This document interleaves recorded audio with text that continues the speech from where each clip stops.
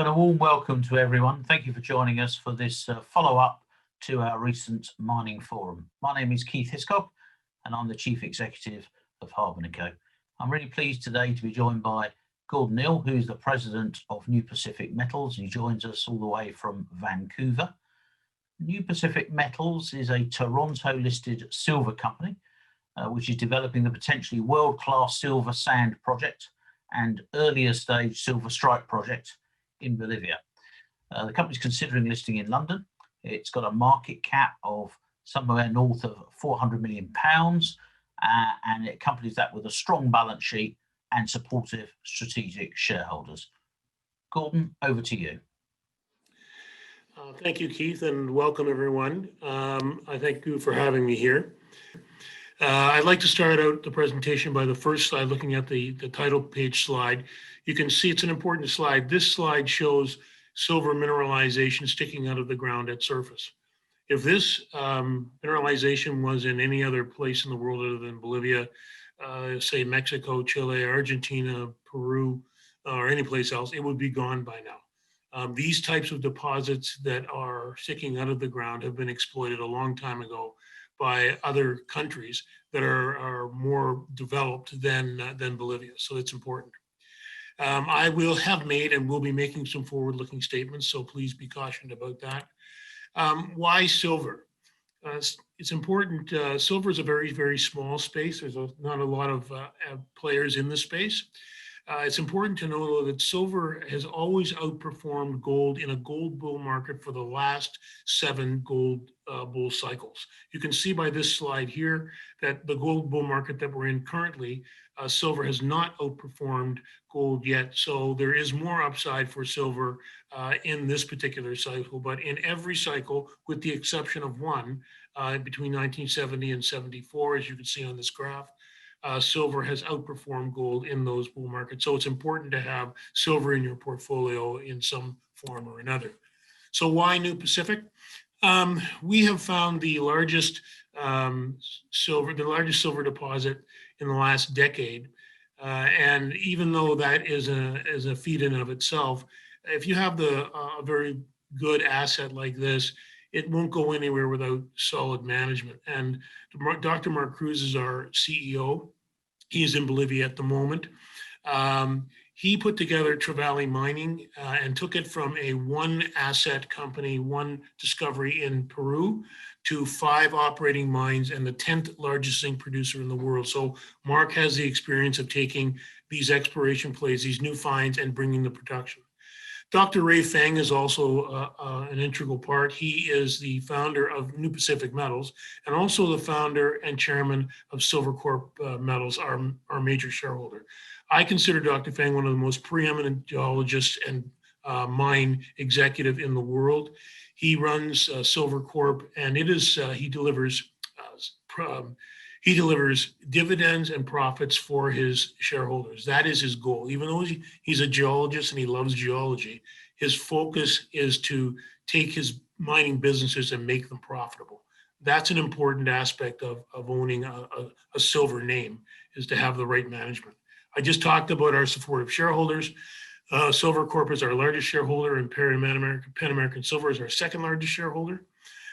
We have found the largest silver deposit in the world in the last 10 years. It is 155 million ounces of measured and indicated and 35 million ounces of inferred, and is unique in that it is a silver-only deposit. Normally, silver comes with other metals that are associated with either lead or zinc or copper or gold. This is a silver-only deposit so far, and I'll explain how that can change. Capital structure, Keith mentioned we are well capitalized. We have almost $50 million US in the treasury, market cap of $1 billion Canadian, over 400 million pounds. And we are on the TSX and the OTC. Near-term catalysts that can add value to move the company forward. I will show you how we can expand the silver sand, this new discovery we've made, with very low risk. And we've also made a new discovery to the east called Snake Hole, and we have a land package to the north called the North Block, which we are about to exploit by the end of this year.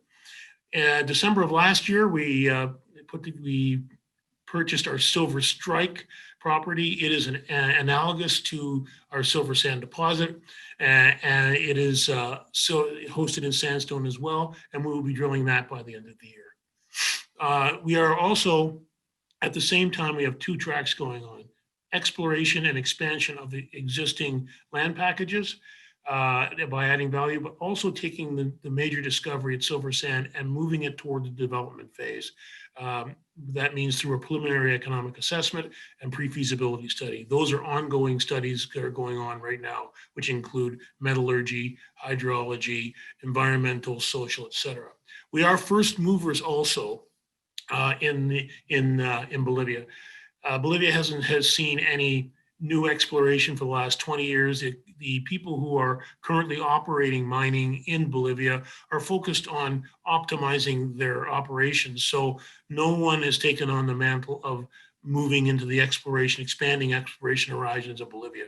We are first adopters there. We want to continue with that first mover status. So we will be bringing new products and new properties to the market. I talked a little about leadership with Feng and Cruz earlier. I wanted to mention David Tinjay. He's the VP Sustainability. When you are taking a new discovery and you're taking it into development, it's important that you pay attention to the health and safety, environmental, and community aspects of this. David has done that for Rio Tinto in the past, and is now doing that for us. Gary DeShooter worked for Anglo American, has put 3 of their open pit operations into production. He is now running our silver sand project. Carolina Ordonez is very important. Bolivia is moving, is one of the late movers in South America to move from development into a developed country situation. So their government is fairly young. We're there early. We were early adopters. We get that. But Carolina is a Bolivian national who lives in Vancouver, but really spends a lot of time working with the government in Bolivia. And that is an important role in our company to make sure that the government is keeping its focus and its movements toward foreign investment initiatives in the country. And Carolina is involved in that. The board is a well-heeled board, lots of experience, but I would like to mention in particular Martin Waffhorn. Martin is the Senior Vice President of Technical Services for Pan American Silver. He brought online their Dolores open pit silver project in Mexico. And Martin is on our board. He's their designate for Pan American Silver. We consider the Dolores open pit silver mine in Mexico an analog to our silver sand discovery. And so it's important to have his knowledge and experience in bringing that into production on our board. He's integral. Peter McGaw, I work with Peter at MAG. He's considered one of the best silver geologists in the world, and we are lucky to have him as an advisor. On the structure side, the next slide, 28% Silver Corp position, 9.6% Pan American's position. Management is 8.3% and the public float is 53.4%. I talked about our treasury position and our market cap. We do have coverage from PI Financial, Roth Partners, and BMO. We have 4 other sell-side institutions that want to start coverage. The problem has been getting them on the ground as a result of COVID. We're hoping to expand this research universe for us in 2021. Cash in the bank and how it was spent. To date, we've raised $105 million. We spent $40 million on the property. We spend about $12 million a year on drilling and G&A. We did a bought deal in June of this year for $16 million. So the remainder of the funds as of October 1st, 2020 is $47.2 million. Excuse me, property location. We are in the Altiplano, meaning high up in the mountains of the Altiplano of Bolivia. The Altiplano runs through South America, right from Chile down through Argentina and into the bottom of the country. The Silver Sand Project is in the Altiplano, and Silver Strike is in the coastal mountains on the border of Chile and Peru. We fast-tracked this project by most exploration standards. You can see on this timeline here on slide 9 that we bought the project in July of 2017, got our permits in October 2017, which is by South American standards very rapid. Drilling We had a discovery made by December of that year. The tenor of our discoveries and our holes is what caught the geological community's attention. 172 meters of 110 grams per ton, which included 83 meters of 192 grams per ton. Those kind of long intercepts with those grades usually gets the geological community scratching their heads and saying, how was this project mineralized? In 2018 and 2019, we embarked upon the largest drill program in South America, over 100,000 meters. You can see again the expansion drill program in 2018. We were getting holes like 135 meters of 240 grams per ton, which included 76 meters of 383. These are good grades over, again, long continuous intercepts, very either at surface or very close to surface, which lends itself to bulk mining, open pit mining. 2019 was resource definition drilling tighter to get better confirmation of the continuity of the mineralization. So that was resource drilling in 2019, but also in 2019, we recognized that the mineralization of our property was extending off of our land. We have 6 square kilometers. We knew we needed more land. So we went to the COMIBOL, the state-owned mining agency for Bolivia, and we inked a contract with them, a deal, a joint venture essentially, which gave us an extra 57 square kilometers around our own land package. The caveat on that contract is we cannot drill on their land until that contract is ratified in Parliament. And they just had an election about a month and a half ago, and we are looking at hopefully getting that ratified in Congress in 2021 and being able to expand off our own property. Now, having said that, it's important to remember that the resource that we have put out is on our 100% owned property, and that is ours, and we could still build a mine there with the 200 million ounces plus that we've stated in our resource calculation. In 2020, we made a discovery 600 meters to the east of our silver sand main deposit. It's 200 meters lower in stratigraphy, and the vein sets are wider and the grades are higher, as you can see on this slide, by 72 meters of 279 grams per ton. We need to define that discovery more and make it into a deposit. 2020, we did our inaugural resource estimate in April. Next slide. If I could only have one slide to show you with what this project looks like and how important it is, it's this one. As you can see on this slide, there is some dumps, pale part to the right here on the right-hand slide. Those are dumps or waste dumps that have been pushed over the side of that road by old artisanal miners. That particular dump is 200 meters, or sorry, is 200 grams per ton in grade. And as you look at this rib sticking out of the center of the picture, that's an entirely mineralized rib. And the little holes that you see poked into those dark spots, that's where the artisanal miners, the local miners would have gone in to take out the high grade sections, some high grade sections, which would have been in the kilograms per ton grade to take them for processing. But what is missed here by the old miners was that this rock entirely from east to west and from north to south, we're looking north from the south side of the property, is entirely mineralized. All of that beige looking rock is sandstone, and all of it's fractured, and in those tiny fractures and veinlets are mineralized silver.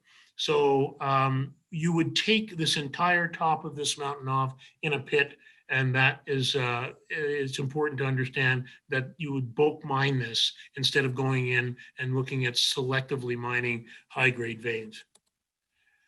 Infrastructure, we are 35 kilometers as the crow flies from Potosi to the northeast. You see on this slide here, Betanzos, that is where our main camp is. It is a paved road to Don Diego, and then you take a 25-kilometer municipally graded road to site. It's at 4,100 meters. There's an airport at Potosi, a municipal airport.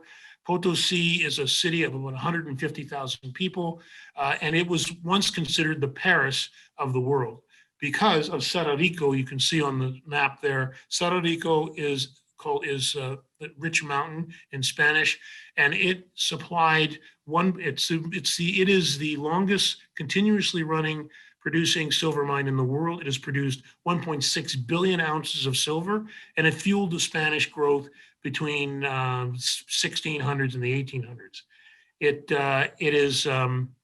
It was considered Potosi, because of the wealth that came out of Puerto Rico, was one time a bigger city than Paris. There is cell tower site on site, and there is grid power on site as well, and plenty of water resources. This is the resource that AMC did for us this year. They're a consulting company out of Australia, but they have an office in Vancouver. You can see that they came up with 35 million tons of 137 grams per ton for 155 million contained ounces of silver. In the inferred category, 9.8 million tons at 112 grams per ton, giving you 35 million ounces of contained metal. Important to note that at 137 grams per ton, it would be considered a high grade silver pit. Globally, the average grade of a silver pit in the world is about 70 grams per ton. This is more than double that, which bodes well for the economics.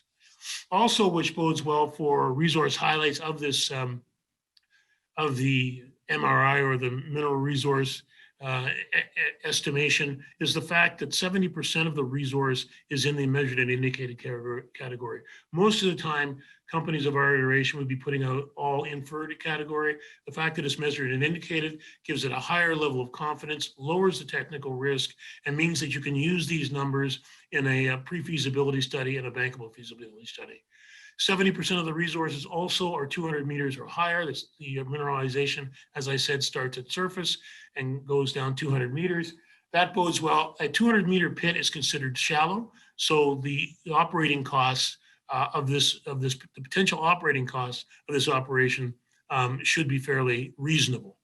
Early on, we wanted to make sure that the metallurgy, as I said earlier, this is a silver-only deposit. Usually silver will report to either lead or zinc or copper, and you have to separate them. Here, with it being silver only, there was no red flags on our recoveries. And when we did our first metallurgical test, 2018, we came back in all three domains with an average of about mid-80s to mid-90s in recoveries. We are now doing advanced metallurgical tests to set up a processing sheet for a mill for our milling of our ore, and that will come when the PEA comes out. And the PEA is expected to come out the middle of next year, say June of 2021. This next slide is a slice through the deposit along Chechen viewing west. I call it my Starship Enterprise. Mark calls it a dirigible. We have funny names for things, but anyway, you can see in the gold and the silver areas, the central zone, that's the tightly drilled zone that's in the measured and indicated category. And on the left-hand side of the screen, you can also see some gold and red areas, which are in the measured and indicated category. The blue and the green areas are the inferred. That would be drilling that was either 50 to 100 meters in spacing the drill holes. And the blue areas are what we call conceptual or easy exploration tons. Our consultants looked at those blue areas. We had only a few drill holes in them, and they were spaced at greater than 100 meters. At that spacing, AMC determined that they were not cogent enough to bring them into the resource. However, the drill holes that we did pull out of those areas still had the same tenor of mineralized length, meaning over 100 meters in mineralization, and the grades were north of 100, 125 grams per ton. So it's still in the same structural regime. So all that needs to happen here is they tell us, or our consultants, that if we go in and tighten up the drilling in those blue areas, we will have the potential to add another 7 to 15 million tons to the resource, which will translate into about 50 more million ounces of silver. So these are what we consider conceptual, low-risk exploration to increase the resource and to add value for shareholders with very little work. Oh, also, mineralization is open To the left, that's to the south, to the right, which is to the north, and at depth. The depth part of the mineralization is important because all of these Andean deposits are fed by mineralized volcanics. So volcanic activity, which is mineralized, is what feeds these systems. The fact that that large central orange and gold zone only has silver in it tells us that we are what's called distal from the source of the mineralization. We're further away because there are no heavy metals associated. And that means that you're looking for lead and zinc, which have a higher specific gravity than silver. With those holes that we've drilled in the blue area, we're finding more lead and zinc. So that tells us that we use that information to vector us toward what we would call the feeder zone, or the feeder zone that fed this upper system. Our plan is to drill 3 1-kilometer holes in that blue area in the center of this picture where there's a V-shaped dip. We were planning on 3 1-kilometer holes to see if we can find the feeder zone for this upper system. If we find that feeder zone, which is mineralized volcanics, what we will find, and they're usually very close to this, they're not usually very close by. What happens is, because they are closer to the heat source, meaning further down toward the boiling point of the deposit, they will have wider vein sets. There will be more polymetallics, meaning you'll find more lead, zinc, and copper, potentially gold, but lead, zinc, and copper, the heavier metals.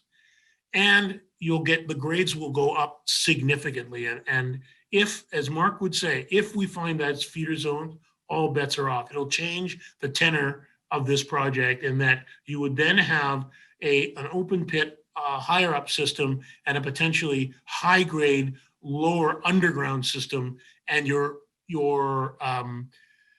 pit would wind up funding your underground exploration. Now, this is a very big arm wave, very forward-looking statement. However, if we drill and find that feeder zone, it will no longer be forward-looking, and I look forward to being non-forward-looking. This slide, the next slide, shows where we sit in our universe. It's the largest silver discovery in the last decade. You can see we kind of sit on our own on this bubble chart in terms of the tons and the grade.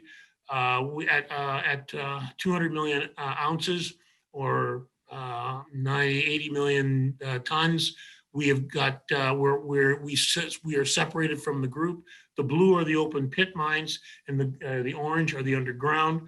The Dolores mine you'll see there, which I said earlier is we believe our closest analog, has about 100 million ounces of silver, but it's a heap leach operation, and its grade is about 40 to 50 grams per ton. At 137, 140 grams per ton, it puts us in a rarefied situation.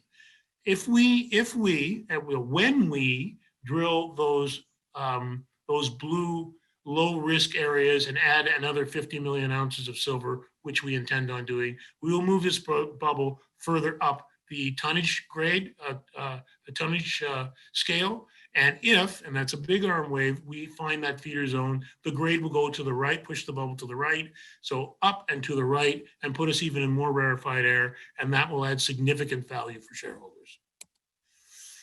We're now seeing that we're in an emerging district.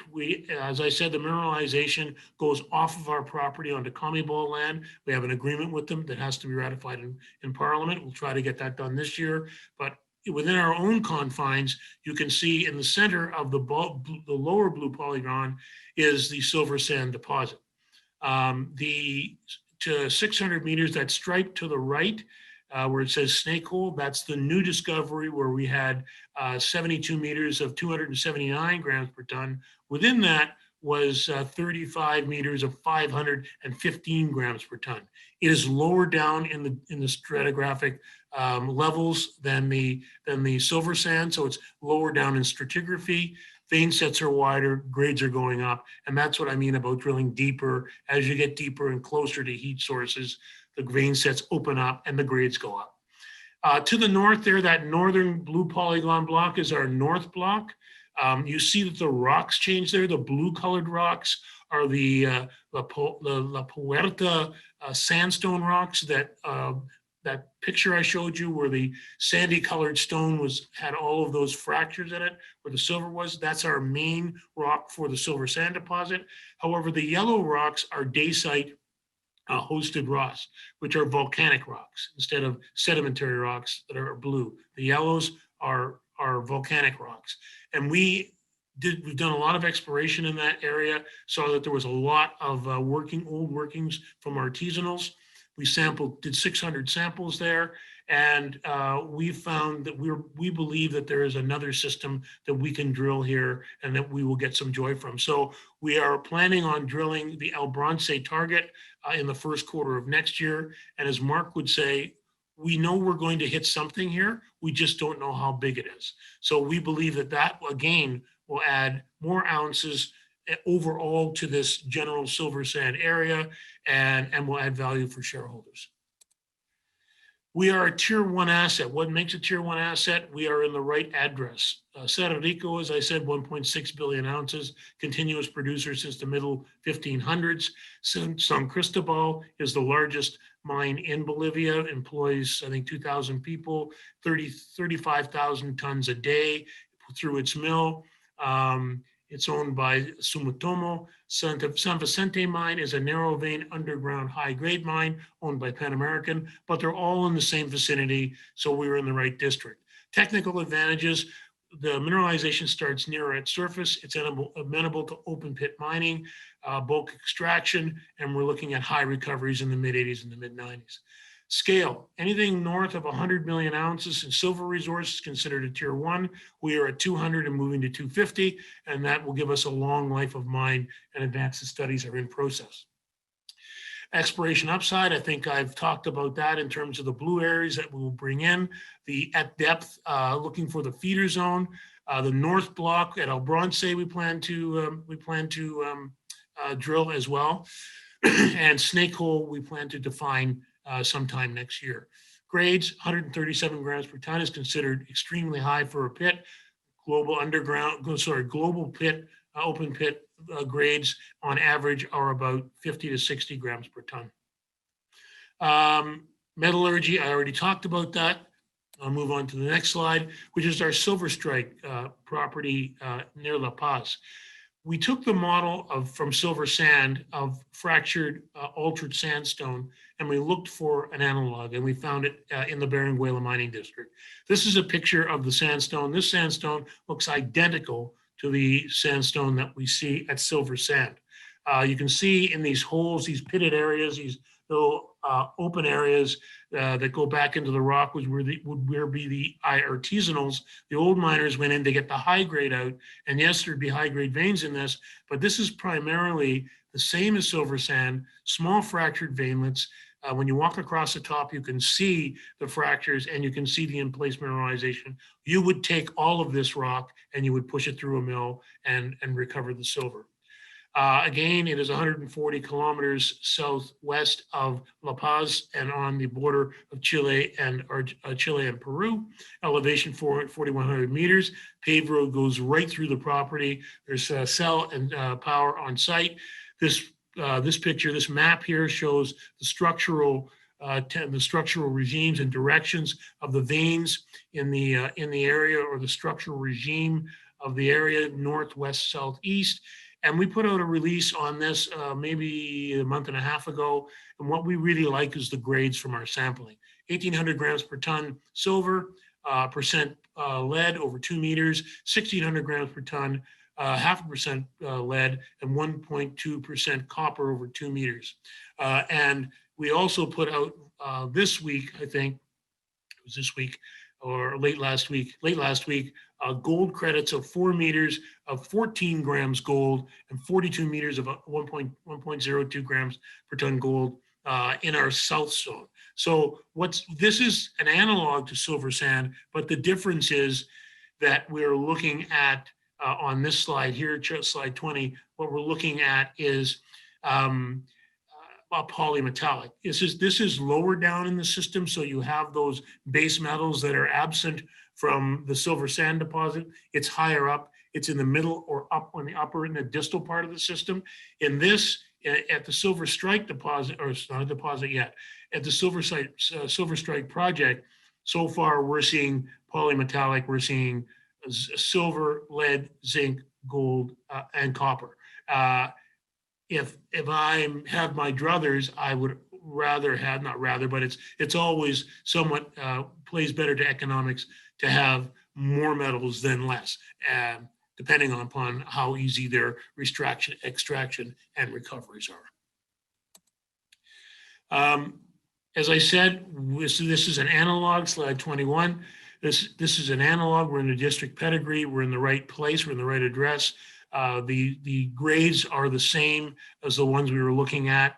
The exploration potential is high. This was worked, this Berenguela district, Silver Strike, was worked by Rio Tinto in the mid-90s. They are getting the same kind of grades that we got in our testing through their drill bit. They had 1,200 grams per ton silver, 0.5% copper, 200 grams per ton silver with 0.5% copper, and they got 62 meters of 3/4 of a gram gold, and we got 42 meters of a gram gold. So this is proving, and this land package is 35 square kilometers, so it's big. We're excited by the grades and the polymetallic nature, and the fact that it starts at surface. It's in sedimentary rocks. It is also fed by volcanic intrusive. The felsic dome, which is a volcanic dome, is right in the middle of this property, so we don't really have to go looking for it. We will drill the dome itself eventually to see if it's mineralized at depth. And the structural fractures, it still has the same structural regime, and the fractures and mini veinlets and veins that host the silver, like silver sand, and it's near surface and open to my open pit extraction. So why did we pick Bolivia? Well, Bolivia is an amazing metal endowment. We're proving that in what we're finding. It's underexplored, hasn't seen modern exploration since the early 2000s, since late 90s. We're the first person to do modern exploration since the 2000s. And we, as I said, we want to keep that first adopter position. It's a mining centric country. If you're a miner in Bolivia, you are well regarded and respected.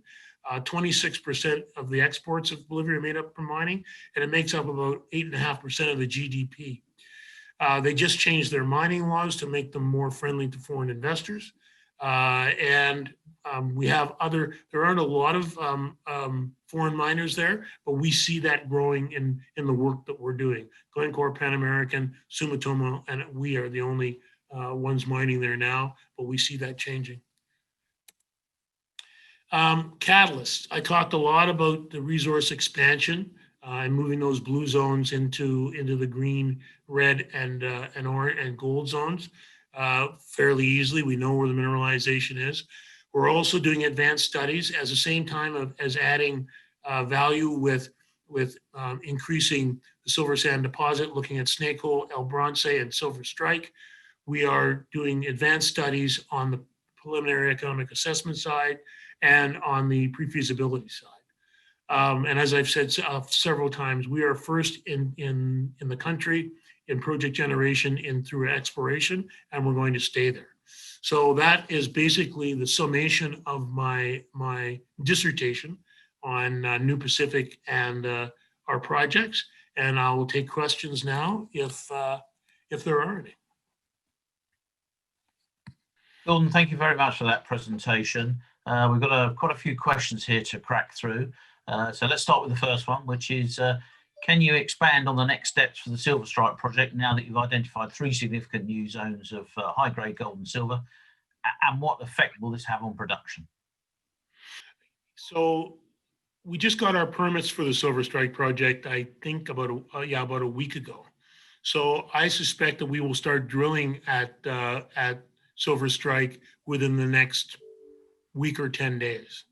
So that would be where we were going. It's fairly early stage to talk about production profiles. We really have to get numbers from the drill bit to see if we're right that this is, that is mineralized to make it a deposit, an economic deposit, but the drill will start turning in about 10 days. Okay, thank you. Second question comes from John. Can you expand on what is the expected outcome of the PEA study for the Silver Sands project in the first half of 2021? Yeah, I would say our hope is that we will get a flow sheet, meaning we will determine what kind of processing we're going to need to economically extract this metal from the PEA. We will get a pit optimization, looking at optimizing the pit, meaning where should we, given the type of process that we're going to use, which is still to be determined via the PEA and the metallurgy, where are we first going to extract metals? Are we going to do a starter pit scenarios where there's several small high grade pits, or are we just going to start and take all of the material and start pushing it through? That will depend upon what the flow sheet says, what the metallurgy says. We're doing a second round of advanced metallurgical work now, which will answer those questions. It's a little early for me to go into the full details. Okay, another question comes from Paul saying, asking, besides the PEA study, what else will the latest round of funds raised in July be spent on? The funds in July will be spent on drilling, taking those low exploration risk blue areas into the inferred category added ounces, mainly on drilling, but there'll also be hydrology studies, geotechnical studies, geophysical studies. There'll be ore sorting studies. There'll be pit optimization studies, environmental studies, health and safety studies. So all of the studies that go into moving this into a developing project will be included in those. But a bulk of the costs, bulk of the spending still will be in drilling and bringing more resources into the in more ounces and tons into the resource. Okay, thank you. Next question is, where is New Pacific in the CapEx cycle? That'll be determined by the PEA. Again, it's a little early. But if we were going to look at what the senior management thinks we would be looking at in terms of CapEx, Mark thinks that we'd be looking at maybe somewhere 8,000 to 10,000 ton a day operation to start, which could probably put you in the realm of $250 to $350 million of CapEx. Say $250 to $300 million of CapEx in that realm, if you're looking at that type of throughput. Okay, we're moving on now to politics. Cyril's asking about the impact you're seeing from the Bolivian elections. How's that going to affect your ties with the government? You mentioned the election during the presentation, which was back in October.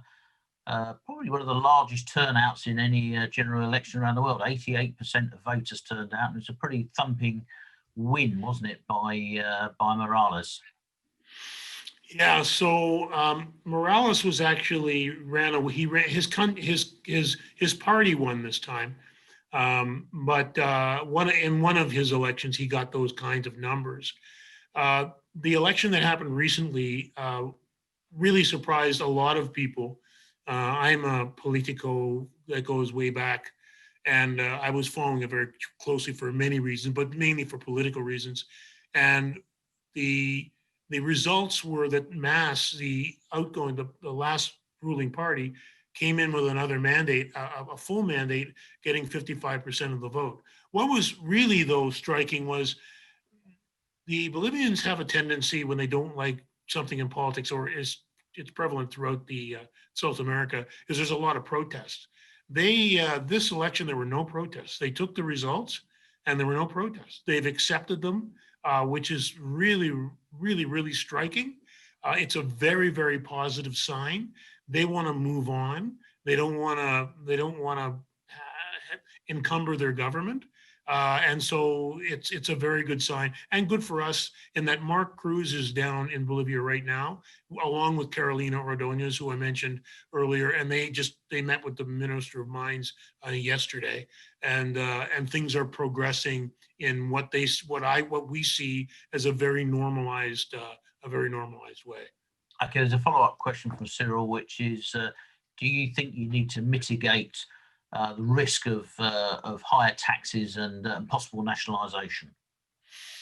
Well, anybody who works in a foreign country in mining always has to worry about higher taxes. And given what COVID's done to the balance sheets of most countries, if it's a mining-centric country, you should probably expect taxes to go up anyway because they are. I'm just being in general. On the topic of nationalization, I can say this: the party that's in power now, the Mass Party, actually did when Morales first came in 2006, they nationalized the gas fields, which would give someone pause about investing in that country.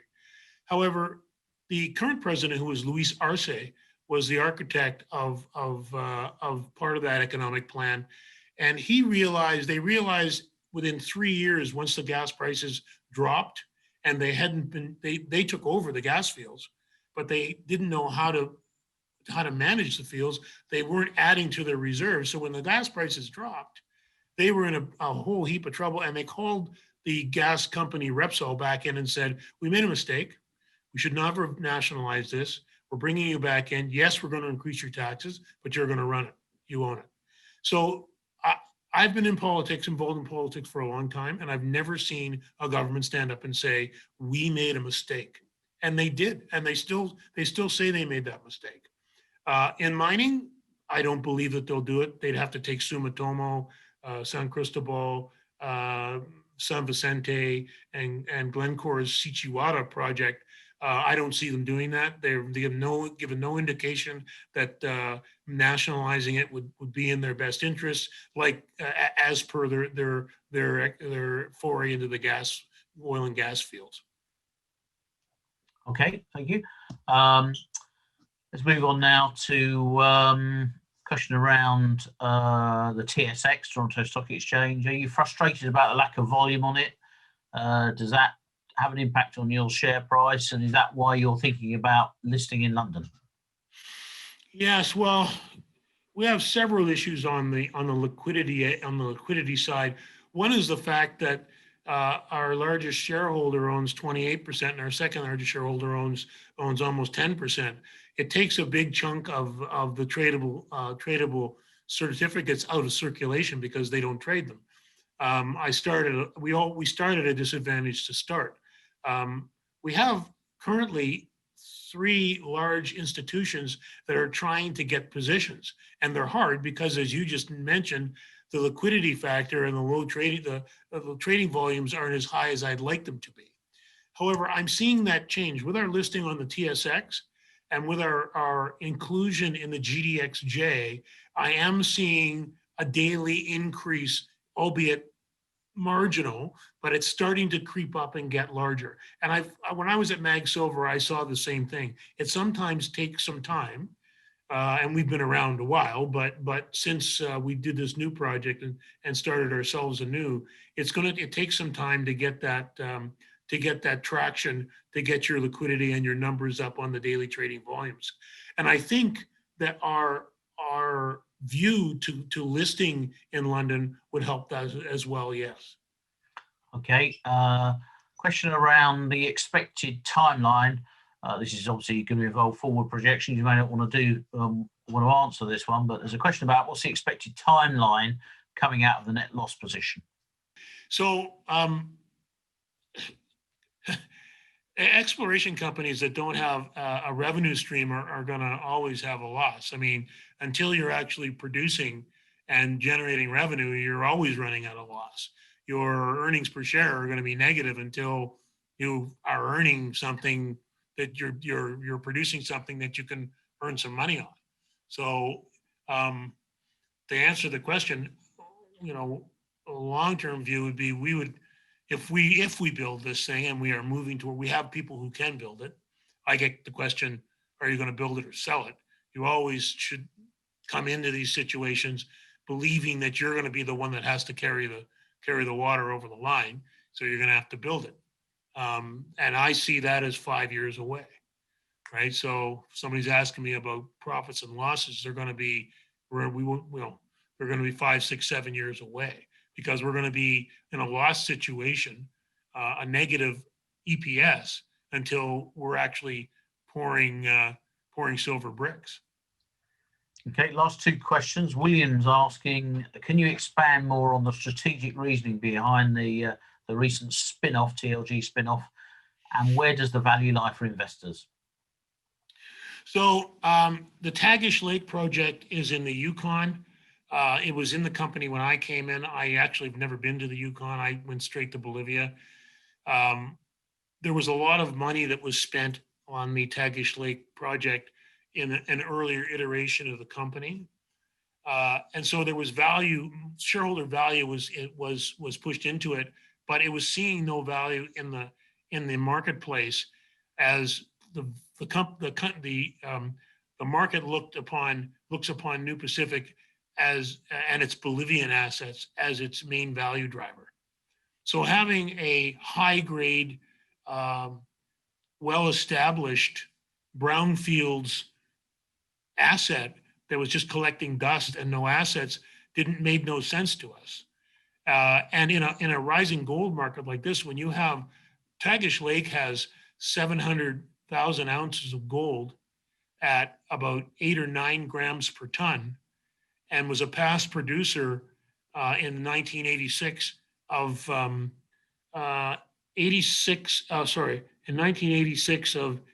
86,000 ounces of gold at 13 grams a ton. So, and it's got a mill on site, it's got a camp, it's this is an asset that you can easily move to the next level in a good gold market with those kinds of grades and that kind of a production profile. Why wouldn't we say to shareholders, let's get a good management team who's taken these kinds of assets from a brownfields to production. So we got a good team and spin it out and give it to shareholders.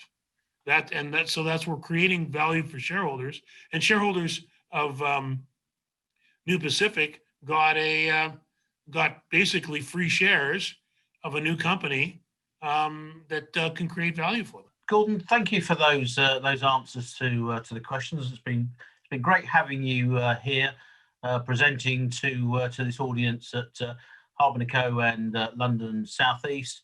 And we look forward to hearing of further progress from the company. Thank you very much. Thank you, Keith, for having me, and thank you everyone who's listened in. It's been a pleasure, and I'm a big fan of London and the UK. So we hope that COVID will allow us to see each other in person again. Thank you very much.